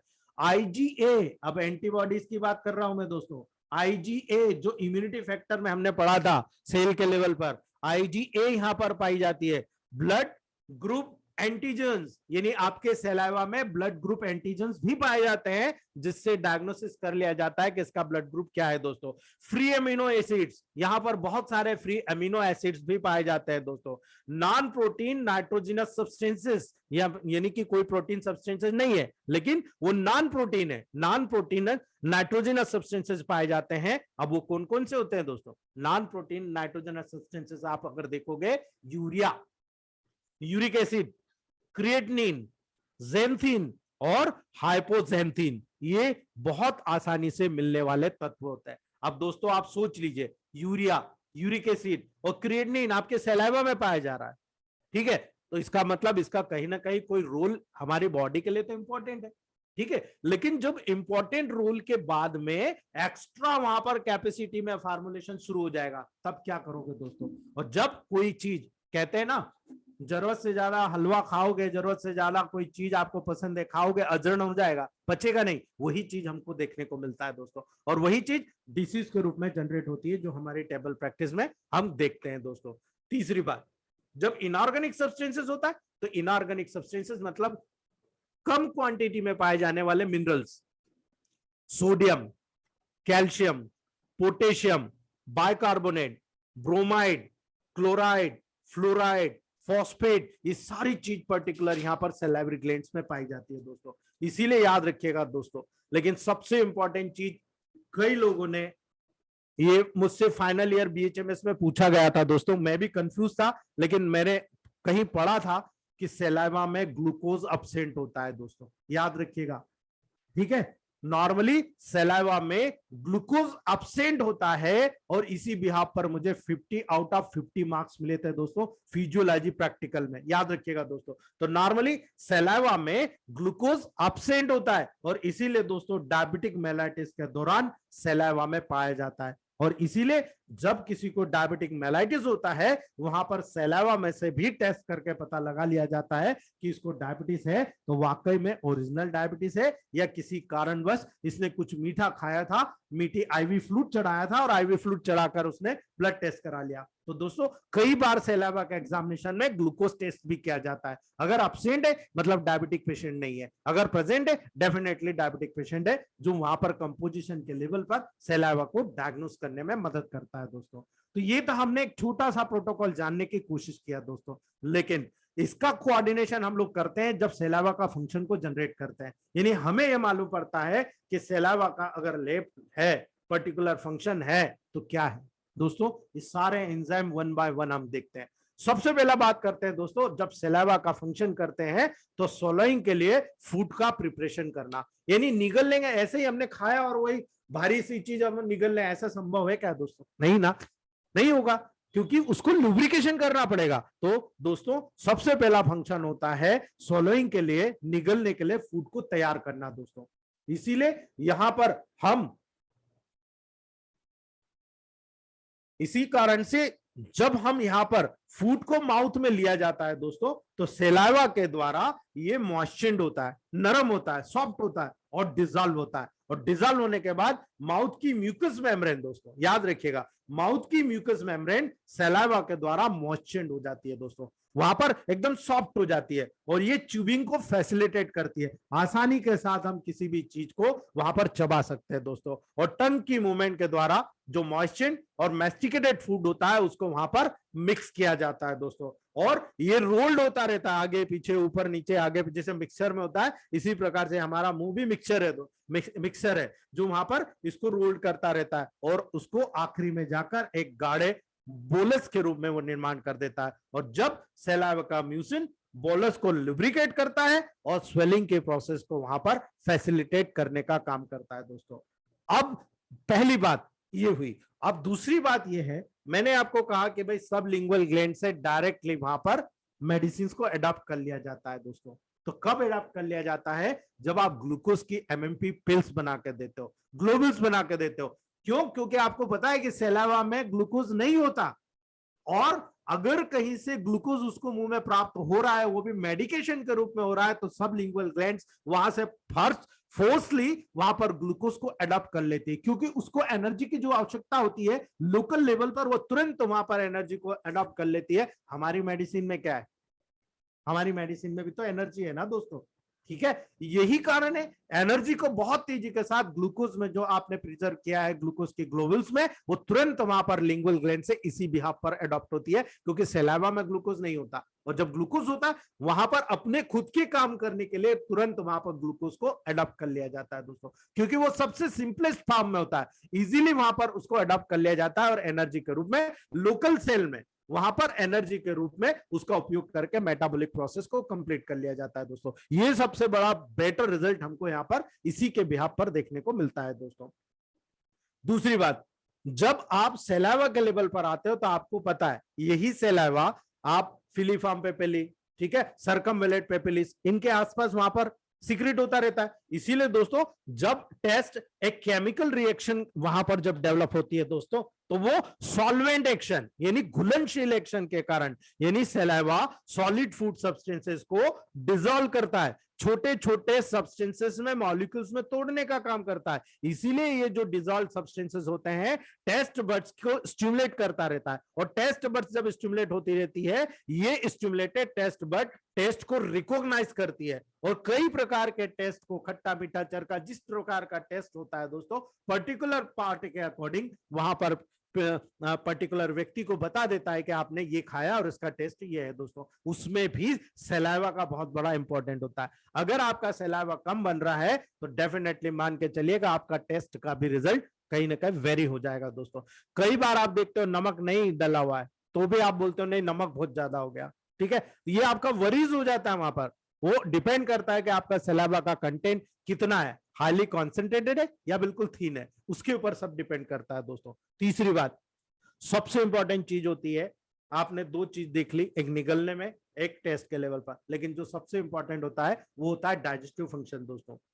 सेलाइवा के 3 डाइजेस्टिव एंजाइम्स होते हैं जिनके नाम है सैलाइवरी एमाइलेज, माल्टेज और लिंगुअल लाइपेज। याद रखिएगा दोस्तों, ये तीनों का काम होता है डाइजेशन का। और जब आप टिपिकल बात करते हो कार्बोहाइड्रेट, प्रोटीन, फैट के मेटाबॉलिज्म की, जो इसका डाइजेस्टिव सिस्टम का सबसे लास्ट पोर्शन होता है, वो पोर्शन की स्टार्टिंग यहीं से शुरू हो जाती है दोस्तों। यानी आपने कुछ खाया खाया तो सैलाइवा में जो मौजूद सैलाइवरी एमाइलेज है, आपका माल्टेज है और लिंगुअल लाइपेज है, ये तीनों एंजाइम यहां से अपना पाचन का काम शुरू कर देगा। लेकिन किसका पाचन करेगा? कार्बोहाइड्रेट, प्रोटीन, फैट, किसका करेगा? शुरुआत करते हैं दोस्तों। सबसे पहले बात करते हैं सैलाइवरी एमाइलेज का। याद रखिएगा दोस्तों, जब आप सैलाइवरी एमाइलेज की बात करते हो तो सैलाइवरी एमाइलेज जो होता है दोस्तों, एक कार्बोहाइड्रेट डाइजेस्टिंग एमाइलोलाइटिक एंजाइम होता है। एमाइलोलाइटिक याद रखिएगा, है ना, ये कार्बोहाइड्रेट के डाइजेशन में अपनी शुरुआत से काम शुरू कर देता है। इसीलिए याद रखिएगा, सैलाइवा में मैंने अभी कहा आपको कि यहीं कहीं डाइजेशन की प्रोसेस शुरू कर देगा। इसीलिए आप जो ग्लूकोज को या ग्लोबुल्स को यहाँ अडॉप्ट करते हो तो बहुत तेजी के साथ डायरेक्टली यहाँ पर मेटाबॉलिक प्रोसेस जनरेट कर देता है दोस्तों। ये कुक्ड या बॉइल्ड स्टार्च, याद रखिएगा, कुक्ड पका हुआ या बॉइल्ड स्टार्च जो होता है उस पर डायरेक्टली एक्ट करता है और उसके डेक्स्ट्रीन और माल्टोज में कन्वर्ट करने का काम करता है। याद रखिएगा, कुक्ड फूड और स्टार्च पे डायरेक्टली ऐड करेगा दोस्तों, और वहां पर उसको डेक्स्ट्रीन में और माल्टोज में कन्वर्ट करने का काम करेगा। इसीलिए दोस्तों स्टार्च का डाइजेशन माउथ में स्टार्ट हो जाता है। याद रखिएगा दोस्तों आप इस बात को, इसीलिए स्टार्च का डाइजेशन माउथ में ही स्टार्ट हो जाता है। इसीलिए इसका जो मेजर पार्ट में इसका डाइजेशन आप देखोगे ना, आगे गैस्ट्रिक जूस में होता है, स्टमक में होगा दोस्तों, ठीक है। लेकिन माइन्यूटली सैलाइवरी ग्लैंड में सैलाइवा के माध्यम से ही दोस्तों स्टार्च का डाइजेशन आपके माउथ में ही स्टार्ट हो जाता है। जब आप मैस्टिकेशन के प्रोसेस करते हो, आप बोलेस का निर्माण करते हो, वहीं से डाइजेशन शुरू हो जाता है दोस्तों। और फूड केवल कुछ समय के लिए माउथ में रहता है, इसलिए जितना समय रहता है उतने समय में वो अपना काम कर जाता है, बाकी सॉफ्ट कर देता है, यानी स्टार्टिंग कर देता है, ताकि अंदर जब डीप में जाएगा तो सारी प्रोसेस जनरेट हो जाएगा। वैसे मैं भी कर रहा हूं ना दोस्तों, मैं आपको केवल स्टार्टिंग पॉइंट दे रहा हूं, रास्ता दे रहा हूं, बाकी का काम तो आप देख रहे हो, सारा काम सीख रहे हो, कर रहे हो, प्रैक्टिकल कर रहे हो, मुझे भी सिखा रहे हो, उस पूरे ग्रुप को सिखा रहे हो। तो दोस्तों इस सारी चीज मिलकर होती है, एक आदमी अकेला कुछ नहीं कर सकता, ठीक है। इसीलिए दोस्तों सैलाइवरी एमाइलेज को एक्टिवेशन के लिए जो ऑप्टिमम, याद रखिएगा ये बात, ये आपके कोई भी मेटाबॉलिक डिसऑर्डर के लेवल पर मैं बोलता हूं ना कि फलाना फलाना यहां गड़बड़ हो गया, लेकिन गड़बड़ क्या हुआ अब आपको समझ में आएगा कि दोस्तों सैलाइवरी एमाइलेज के एक्टिवेशन के लिए जो ऑप्टिमम पीएच होना चाहिए वो 6 होता है दोस्तों। अगर 6 से कम हो गया या 6 से ज्यादा हो गया तो बहुत ज्यादा डिस्टर्ब हो जाएगा। इसीलिए दोस्तों जब आयुर्वेद शास्त्र की बात करते हो तो आयुर्वेद शास्त्र में इसीलिए डायरेक्टली कहा जाता है कि आपको चबा चबा के खाना खाना है, ठीक है। आपको चबा चबा के खाने के कारण वहां पर सैलाइवरी एमाइलेज को आप एक्टिवेट कर देते हो, और वहां पर जो पीएच होता है उसको 6 के लेवल पर आप मेंटेन कर देते हो। इसीलिए दोस्तों सेल्यूलेज पर सैलाइवरी एमाइलेज कभी भी एक्ट नहीं हो पाता, क्योंकि वहां पर सेल्यूलोज के लेवल पर आपको पीएच ज्यादा चाहिए दोस्तों। इसीलिए सेल्यूलोज जो हो खाएंगे आप, वो आपके सैलाइवरी एमाइलेज के लेवल पर एक्ट नहीं कर पाएगा, वो डाइजेशन के लिए आगे जाकर स्टमक में उसका रोल आपको देखने को मिलेगा दोस्तों। याद रखिएगा, ये सिंपल प्रोसेस कार्बोहाइड्रेट मेटाबॉलिज्म की यहां पर शुरू हो गई दोस्तों। माल्टेज की बात करें दोस्तों, माल्टेज जो होता है ना ह्यूमन सैलाइवा में बहुत माइन्यूट होता है, केवल ट्रेसेस में उपस्थित होता है, जैसे ट्रेस एलिमेंट होता है ना, इस प्रकार से ट्रेसेस में उपस्थित होता है दोस्तों, और ये माल्टोज को ग्लूकोज में कन्वर्ट करने का काम करता है। याद रखिएगा, यहीं से माल्टोज जो भी आएगा उस माल्टोज को ग्लूकोज में कन्वर्ट कर देगा, और ये ग्लूकोज का उपयोग हमारी बॉडी के सेल्स एनर्जी के फॉर्मेशन के लिए कर देगा दोस्तों। याद रखिएगा, एनर्जी के लिए वहां पर कार्बोहाइड्रेट मेटाबॉलिज्म में ग्लूकोज का ही उपयोग किया जाता है दोस्तों, और यही ग्लूकोज एनर्जी के रूप में कन्वर्ट होकर एटीपी हमें प्रदान करता है, जिसके कारण हम ग्रोथ और एनर्जी का लेवल मेंटेन करते हैं दोस्तों। माल्टोज का केवल इतना रोल हमको सैलाइवा में देखने को मिलता है, लेकिन जो लिंगुअल लाइपेज होता है it is very important for us दोस्तों। लिंगुअल लाइपस एक लिपिड डाइजेस्टिंग या लाइपोलाइटिक एंजाइम होता है, यानी लिपिड के लेवल पर काम करता है दोस्तों। ये टंग के पोस्टीरियर एस्पेक्ट पर सिचुएटेड रहता है दोस्तों। जो सीरस ग्लैंड होती है ना, याद हो आपको, उसी सीरस ग्लैंड से सीक्रेट होता है दोस्तों।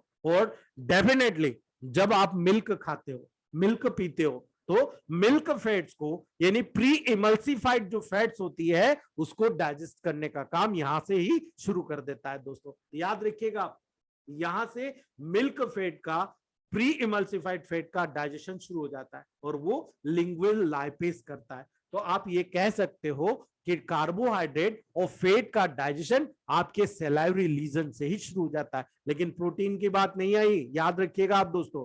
यहां पर केवल कार्बोहाइड्रेट और लिपिड का जो मेटाबॉलिज्म है आपके सैलाइवरी लेवल से शुरू हो रहा है। क्लियर? दूसरी बात, क्लींजिंग एंड प्रोटेक्टिव फंक्शन। चौथा फंक्शन बहुत इंपॉर्टेंट होता है दोस्तों, क्लींजिंग और प्रोटेक्टिव फंक्शन। लाइसोजाइम का नाम सुना होगा दोस्तों आपने, ठीक है? तो सैलाइवा के कांस्टेंट सिक्रेशन के कारण, लगातार गाढ़े सिक्रेशन के कारण माउथ और टीथ लगातार उसमें नहाते रहते हैं दोस्तों, ठीक है? और फूड, यहां पर डेब्रिस, जो फूड डेब्रिस होता है, सैड एपिथेलियल सेल्स जो होती है, यानी वहां पर जो नष्ट हुई एपिथेलियल सेल्स है या फॉरेन पार्टिकल्स होते हैं, उनसे फ्री करने का काम करता है दोस्तों। यही कारण है कि खाना खाने के बाद बहुत सारे लोगों को आदत होती है कुल्ला करने की। वो कुल्ला क्यों करता है? वो कुल्ला इसलिए करता है कि कोई भी फूड पार्टिकल पर्टिकुलर टीथ के कहीं भी गैप में फंसे हो, वो निकल कर बाहर आ जाए दोस्तों। तो इस प्रकार के मटेरियल को रिमूव करने के द्वारा सैलाइवा बैक्टीरियल ग्रोथ को प्रिवेंट करने का काम करता है।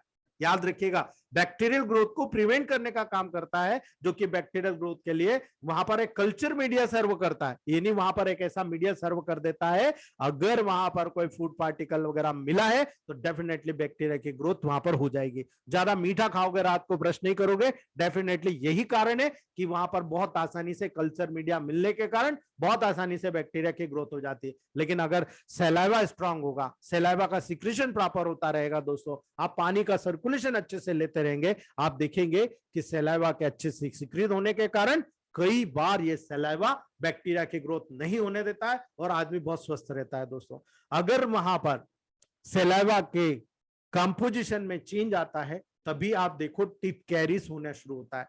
यानी टीथ कैरिस तब होगा जब वहां पर बैक्टीरिया की ग्रोथ बहुत होगी, एसिडिटी ज्यादा होगी, और हाइपर एसिडिटी के कारण, बैक्टीरियल ग्रोथ के कारण बहुत आसानी से टूथ कैरिस डेवलप हो जाती है दोस्तों। तो यहां पर जब आप किसी भी डेंटल प्रोसेस का ट्रीट करते हो, इसीलिए वहां पर L1 का बहुत बड़ा रोल होता है, C4 का, C3 का बहुत बड़ा रोल होता है, वर्वन का बहुत बड़ा रोल होता है, और यही कारण है WE का बहुत बड़ा रोल आपको देखने को मिलता है दोस्तों।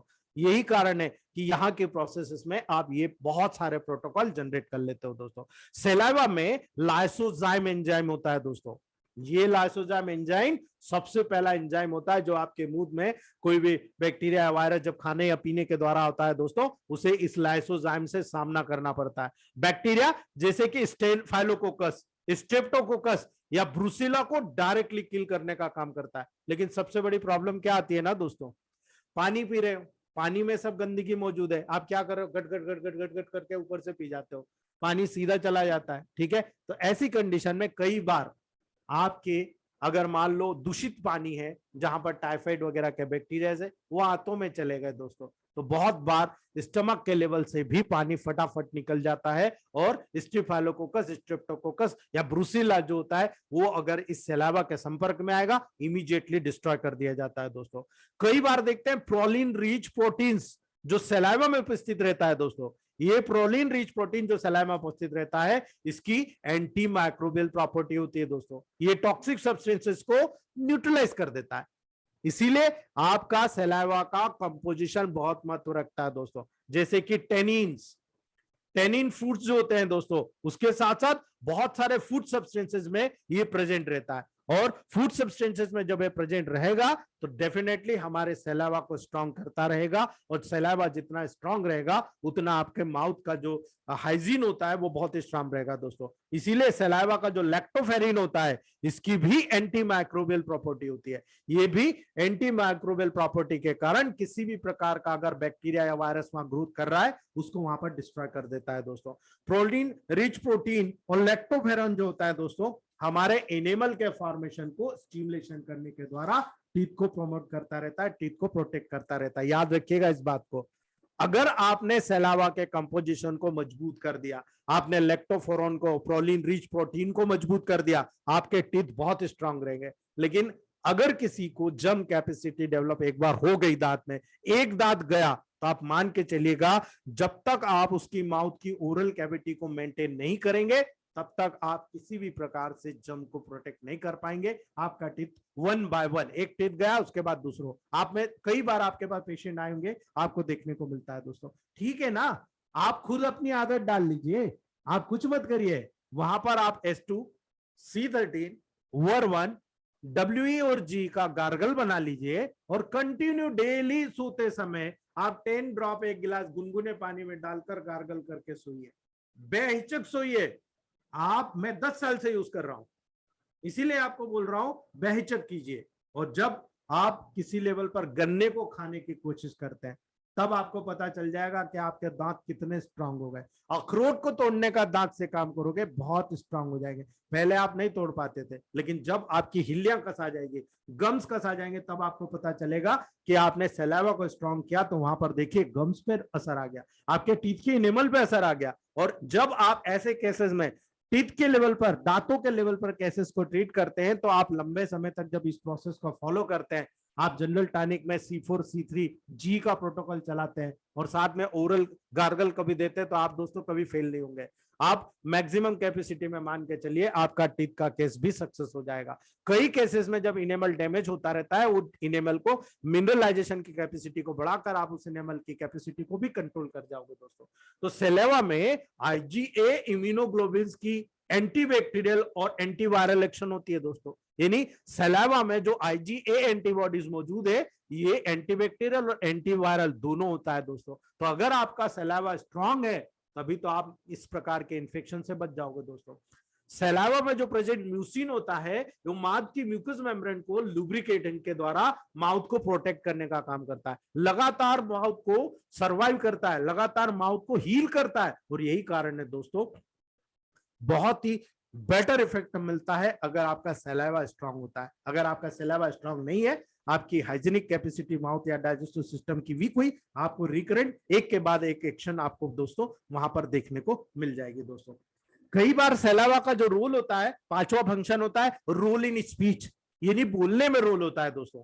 आपको पता ही है, याद रखिएगा इसी चीज को। जब बच्चा कोई तूतला बोलता है, कोई व्यक्ति कहीं पर बोलने में अटक रख के बोलता है दोस्तों, यही माउथ का जो सर्कुलेशन होता है, ये तो थ्रोट का जो सर्कुलेशन होता है, यही वहां पर इन्वॉल्व होते हैं दोस्तों। तो लिप्स और माउथ का जो सॉफ्ट पार्ट होता है, उसकी मॉइस्चरिंग, उसकी लुब्रिकेटिंग के द्वारा सलाइवा स्पीच में बहुत मदद करता है दोस्तों। यदि माउथ ड्राई होगा तो आप सर्दी खांसी में देख लो, गले में अगर ड्राइनेस आ जाती है तो क्या होता है, आवाज हॉर्सनेस के लेवल पर हो जाती है दोस्तों। ठीक है, तो वहां पर साफ साफ बोलना यानी आर्टिकुलेशन और उच्चारण यानी प्रोनाउंसिएशन बहुत ज्यादा डिफिकल्ट हो जाता है यदि आपका मुंह ड्राई हो जाता है दोस्तों।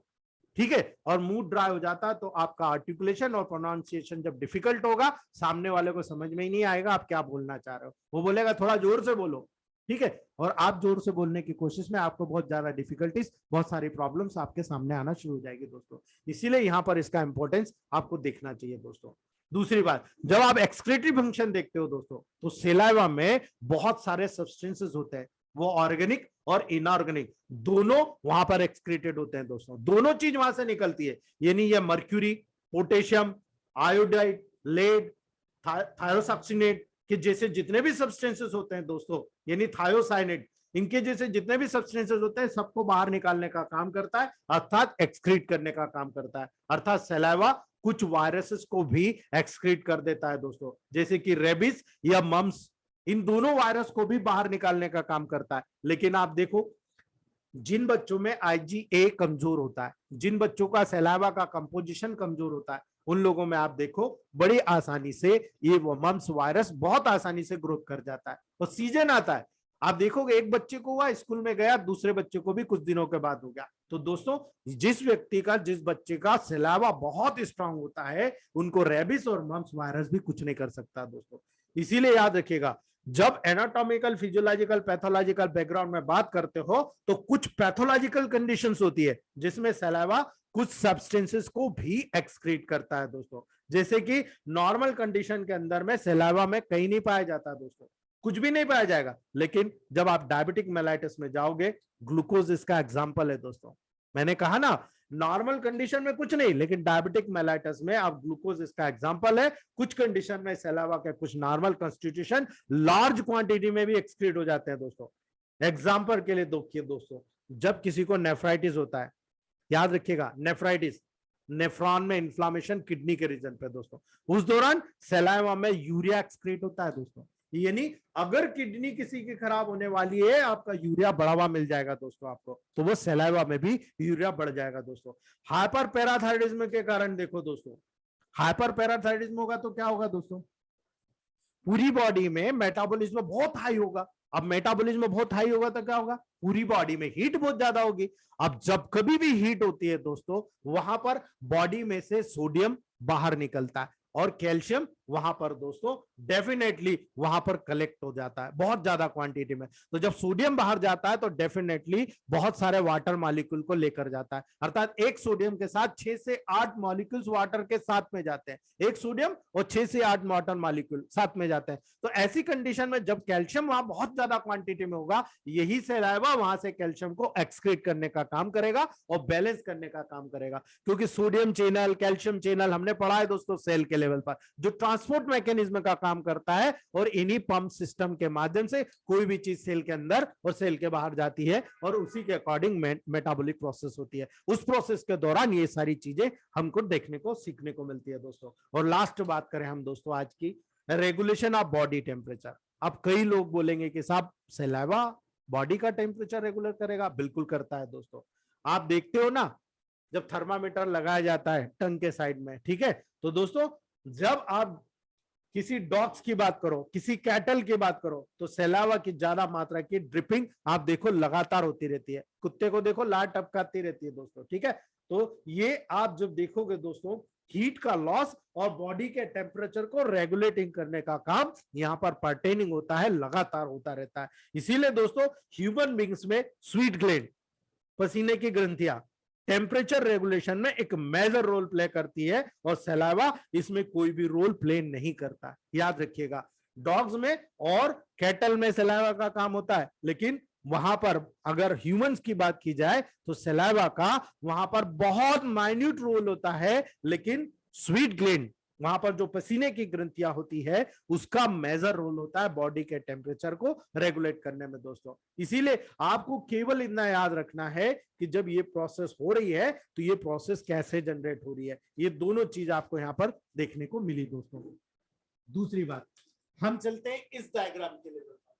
ये जो दोनों डायग्राम है दोस्तों, पैरासिम्पैथेटिक लेवल पर एक है पैरोटिड ग्लैंड को स्टिमुलेट करने का, और एक है लिंगुअल और आपके सब मैक्सिलरी ग्लैंड को स्टिमुलेट करने का, यानी नर्व सप्लाई को। तो दोस्तों जब कभी भी सलाइवरी का सिक्रेशन होता है, उसका रेगुलेशन होता है, स्पेशली अगर आप जानोगे दोस्तों, ये सिक्रेशन केवल नर्वस मैकेनिज्म के द्वारा रेगुलेटेड होता है, यानी ऑटोनोमिक नर्वस सिस्टम का जो सिंपैथेटिक पैरासिम्पैथेटिक सिस्टम बताया, उसके माध्यम से ये रेगुलेट होने का काम यहाँ पर इन्वॉल्व होता है दोस्तों। तो जब सलाइवरी ग्लैंड को जो नर्व सप्लाई होती है दोस्तों, सलाइवरी ग्लैंड को ऑटोनोमिक नर्वस सिस्टम की जो पैरासिम्पैथेटिक होती है और सिंपैथेटिक दोनों सप्लाई होती है दोस्तों, दोनों के माध्यम से यहां पर हर प्रकार का सिक्रेशन का जो प्रोसेस है वो जर्मिनेट होता है दोस्तों। यदि आप ये पैरासिम्पैथेटिक फाइबर का फॉलो है दोस्तों, जब पैरासिम्पैथेटिक फाइबर की बात करोगे दोस्तों, तो सब मैंडिबुलर और सब लिंगुअल ग्लैंड्स को, ये पहला वाला डायग्राम, ये है आपका सब मैंडिबुलर और सब lingual gland.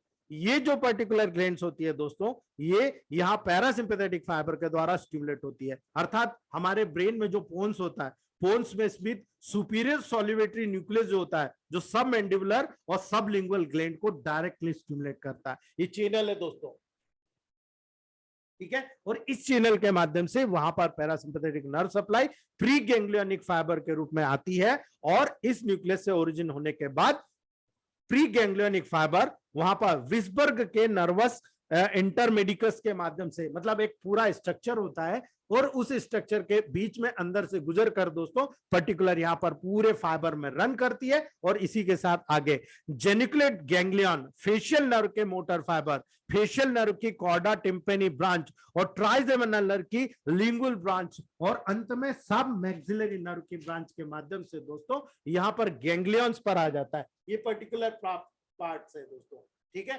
Pre ganglionic fibre, post ganglionic fibre, और इस प्रकार से ये पूरा सर्कुलेशन क्रिएट करता है दोस्तों। ये पोस्ट गैंग्लियोनिक फाइबर इस गैंग्लियन से, यानी प्री गैंग्लियन के लेवल से अराइज होने के बाद सब मैक्सिलरी और सब लिंगुअल ग्लैंड को डायरेक्टली सप्लाई करता है दोस्तों, और उसी प्रकार से यहां पर आपको पूरा सर्कुलेशन देखने को मिलता है। लेकिन दूसरी तरफ होता है दोस्तों वहां पर होता है पैरासिम्पैथेटिक फाइबर टू पैरोटिक ग्लैंड्स। ये थोड़ा सा डिफरेंट होता है। यहाँ पर आपको देखा तो सुपीरियर सॉल्युबिलिटी न्यूक्लियस जो पोन्स में होता है उसके माध्यम से देखा। यहाँ पर आपको जब देखेगा सेकंड में तो यहाँ पर इंफीरियर सॉल्युबिलिटी न्यूक्लियस के माध्यम से सप्लाई होती है दोस्तों। यानी मेडुला ऑब्लोंगेटा के अपर पार्ट में सिचुएटेड इंफीरियर सैलिवेटरी न्यूक्लियस से पैरासिम्पैथेटिक प्रीगैंग्लियनिक फाइबर निकलता है दोस्तों, जो पैरोटिड ग्लैंड के लिए अराइज होता है, वहां पर अराइज होता है। यहां पर फाइबर ग्लॉसोफेरिंजियल नर्व की tympanic branch, tympanic plexus, lesser petrosal nerve के माध्यम से पास होते होते दोस्तों